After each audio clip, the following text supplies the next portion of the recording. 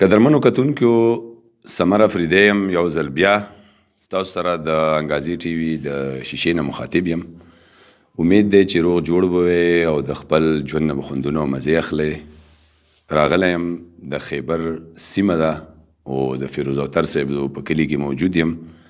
چې کومو کسانو فیروز اوتر صاحب سره مرستې وکړي یا د هغه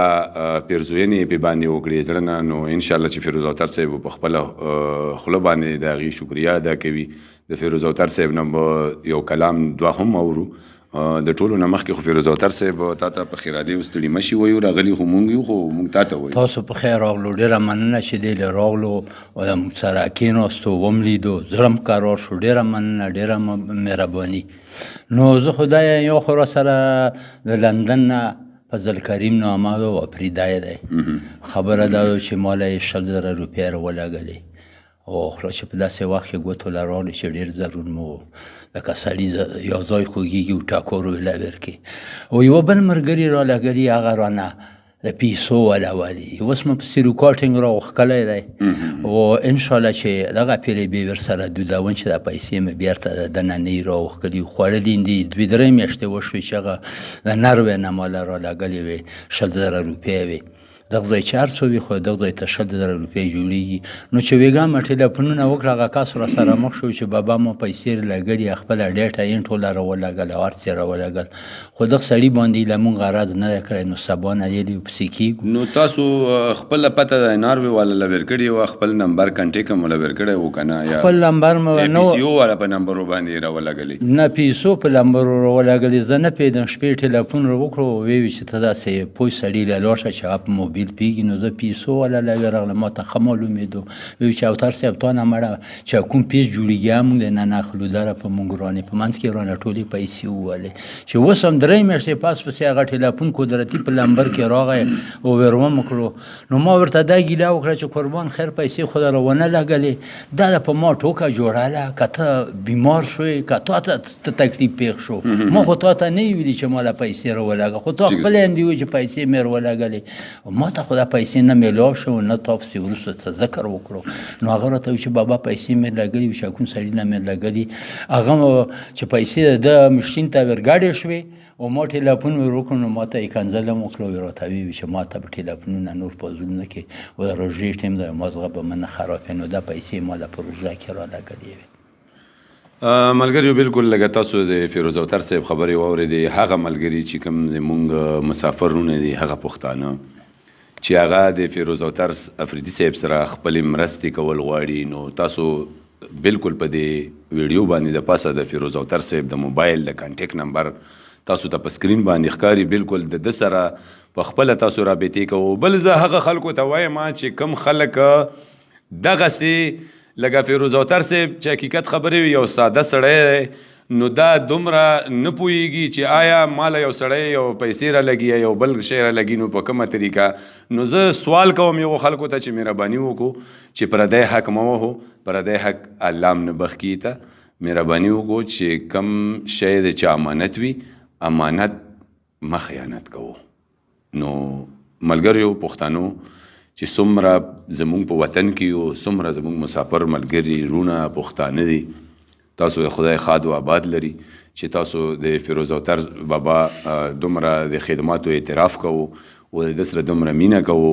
نو یو جهان مننه هم زه په خپله ادا کوم. الله پاک هم آباد خوشحاله او بریالي لره. تاسو چې کله هم ملګریو څه مرسته د چا سره هم کوئ، نو بالکل تصدیق کوئ او تصدیق نه پس بیا هغه کار کوئ. نو د فیروز اوتر صاحب د موبایل نمبر د کانټیکټ نمبر په ویډیو باندې تاسو ته ښکاري. په خپل ټیلیفون د فیروز اوتر صاحب سره خبرې وکړئ. ډېره مننه. راځو د فیروز اوتر صاحب نه ساورو. جی فیروز اوتر صاحب څه به راباندې اورئ؟ د غزل بیرته وایي چې د هجران تورې تیارې دي خو ما زړه ورته نیولی. واه، د هجران تورې تیارې خو ما زړه ورته نیولی، په ما څومره بدې شپې دي خو ما زړه ورته نیولی. و عاشقۍ کې دومره خوند دی چې زما نه تپوس مه کړه. عاشقۍ کې دومره خوند دی چې زما نه تپوس مه کړه. پتنګ وایي چې لمبې دي خو ما زړه ورته نیولی. ډېر ښکلی. و نه خندا شته نه خندېږي نه خندا یې چېرته وکړه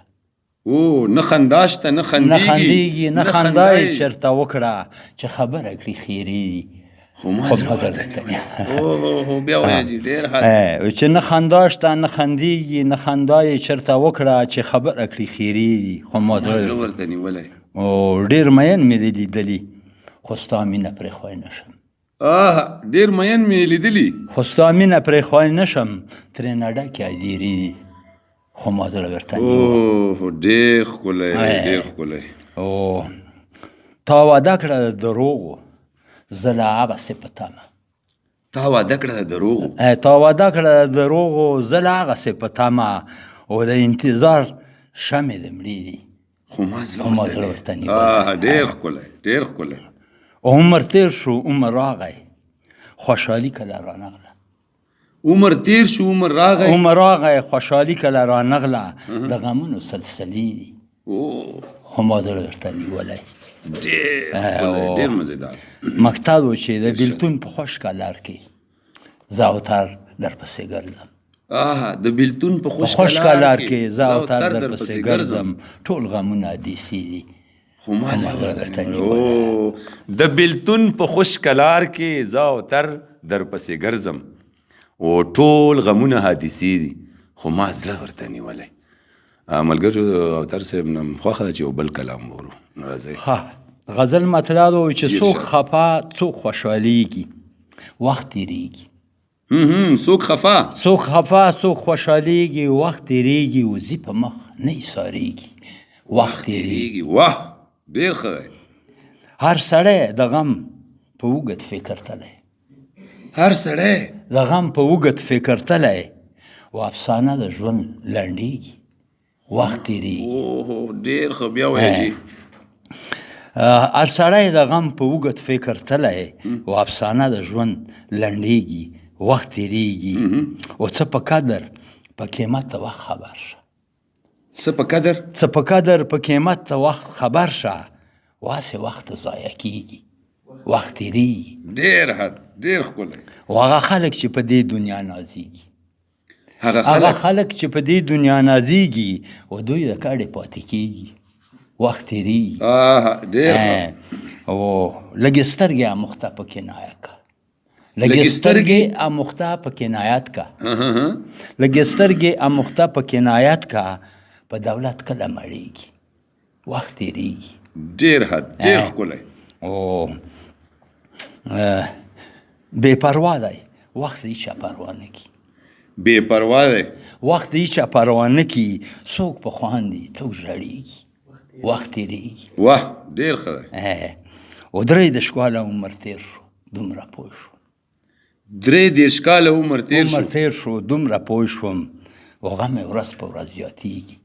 وخت تېرېږي واه ډېر ښه دی ډېر ښکلی هسې خوښی دلته ناست یې ښه پوهېږې هسې خوښی دلته ناست یې نه پوهېږې او پاس همنون د قضا کېږي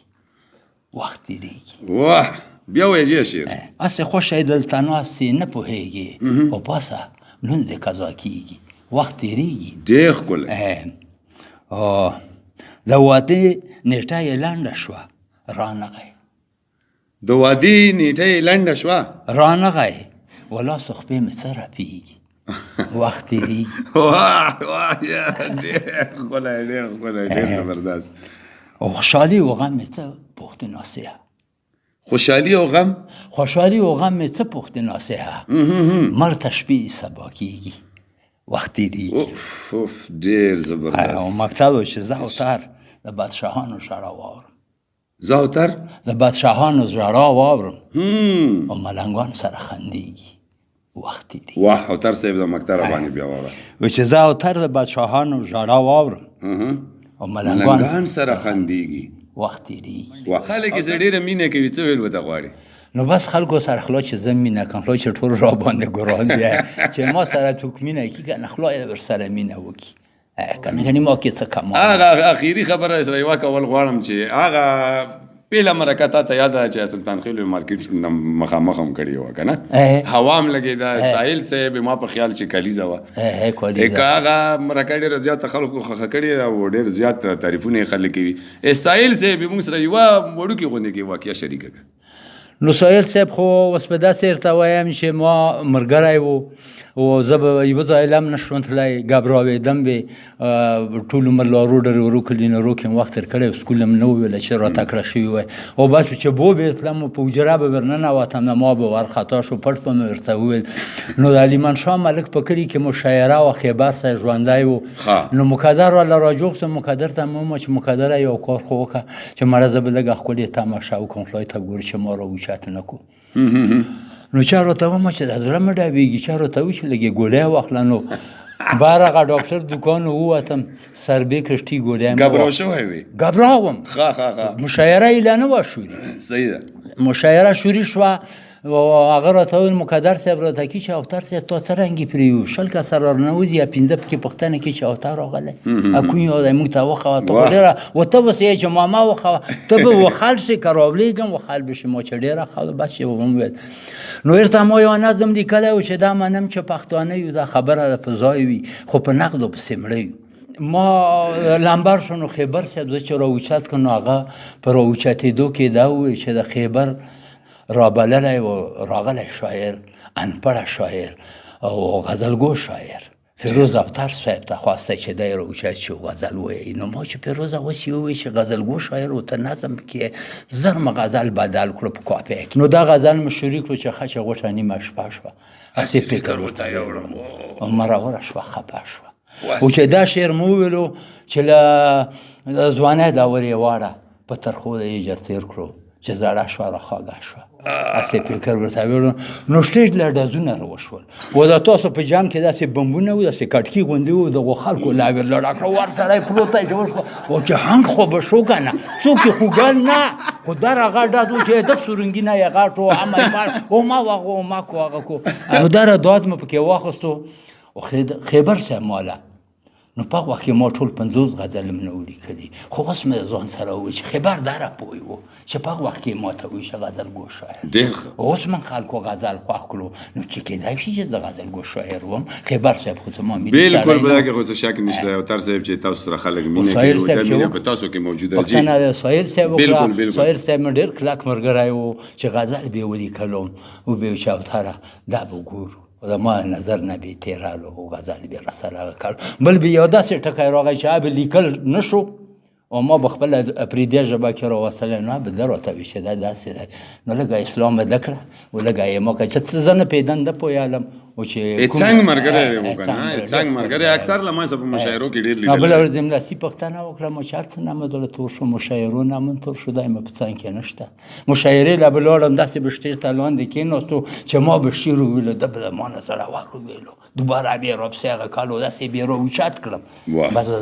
مشاعره به ښه وه ما وکړه الله د یو بخي او خبره دا چې دا د وظیفو دغه یې ډېر ارمان د اسلام آباد ته پیر پسې لاړ خو غریب ونه شوه نو ما چې که دا پله وشوه پس د مرګه ما چې په قبر کې ورته ګدن سره چې ډېرې خوښې وې سایل داسې و چې هغه به خلکو ته وایي چې زه دغته داسې خبرې کوم چې ما پرې داسې خبره وکړي بیا به لاړو په کور کې به یې ویل ما ته اوتر داسې وویل نو هغه په کور کې به یې ورته وایي چې خدای ما ته شان وکړه خبره ورته سره کې چې وخته داسې خبرې وکړي نو مطلب دا چې هسې ما په مزاین دا زرګ دی و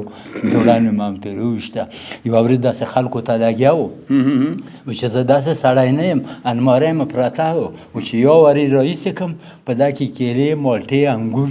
خبره دا ده چې پروته وي چې بل رئیس کوم پاکې وچ پروټي چاڼه میوه بادام هغه دا کې زه راننوتم دا خبره شروع کړې وه نو ما ته ملګري وي چې دا څه یي چې هغوی یې ورته ونیوم دا خبره وکړه چې داسې فروټ ما ورته ومه چې ما ته پته وله چې شپېشه دا د ټیکالو سبزی نه وي ما چې دا هم ته پاسګدي سبویي ویل کړه مړی نه پرېږدي ما چې فروټ مروټ نشته دی نو بیا بیا خندل په کور کې بیا دا خبرې کړې سایل په دا علاقه کې ښه شاعر و نور چې دي که نه قرآن بیرته وکړم چې دا خپله شاعري نه کړي لکه یو د ما پسې ګڼي افسوس بار نه حقې که یو پسې مې نه خبره کړې که نه مې کمی کړی که نه مې ورسره زیاته کړې او که نه په دغو شاعرانو کې ما دا خبره خولې نه وتلې چې یا زه ښه غزل لیکم یا ښه شاعر یم نه دونه لاندې په درجه کې ځواني صاحبان ورسره روان یم نه مې چاته ویلي چې پاس مې کېنوه چې پاس مې کېنوي دره ګبراغ وم چې واه خدایه اوس خو پکار ده چې پاس کېناستې چې داسې غزل خو هم وایي چې د پاس لایق وي ښه چې پاس کېنوي بیا شتې له راشي نه ته څوک ښه وایي نو به وایي چې دا شي د پاس کېنوي بالکل نو سمر صاحب د تا د ډېر کور آبادي ما سره ډېره مرسته وکړه او زه بېرته هر وخت خدای دې آباد خوشحال لره تاسو کې خپله یوه مینه ده ماشاءالله تاسو په غزل کې دومره اثر دی چې یو زه نه داسې دنیا خلک دلته راکاږي او راولي وي او تاسو یې قدروي انشاءالله او تاسو موږ د سر ګلونه یو موږ بیا هم راځو موږ بیا هم راځو او تر صاحب الله پاک هم راته ژوندي لره امین کې تاسو ډېره مننه ډېره شکریه ډېره مننه د تا هم ډېره شکریه یو جهان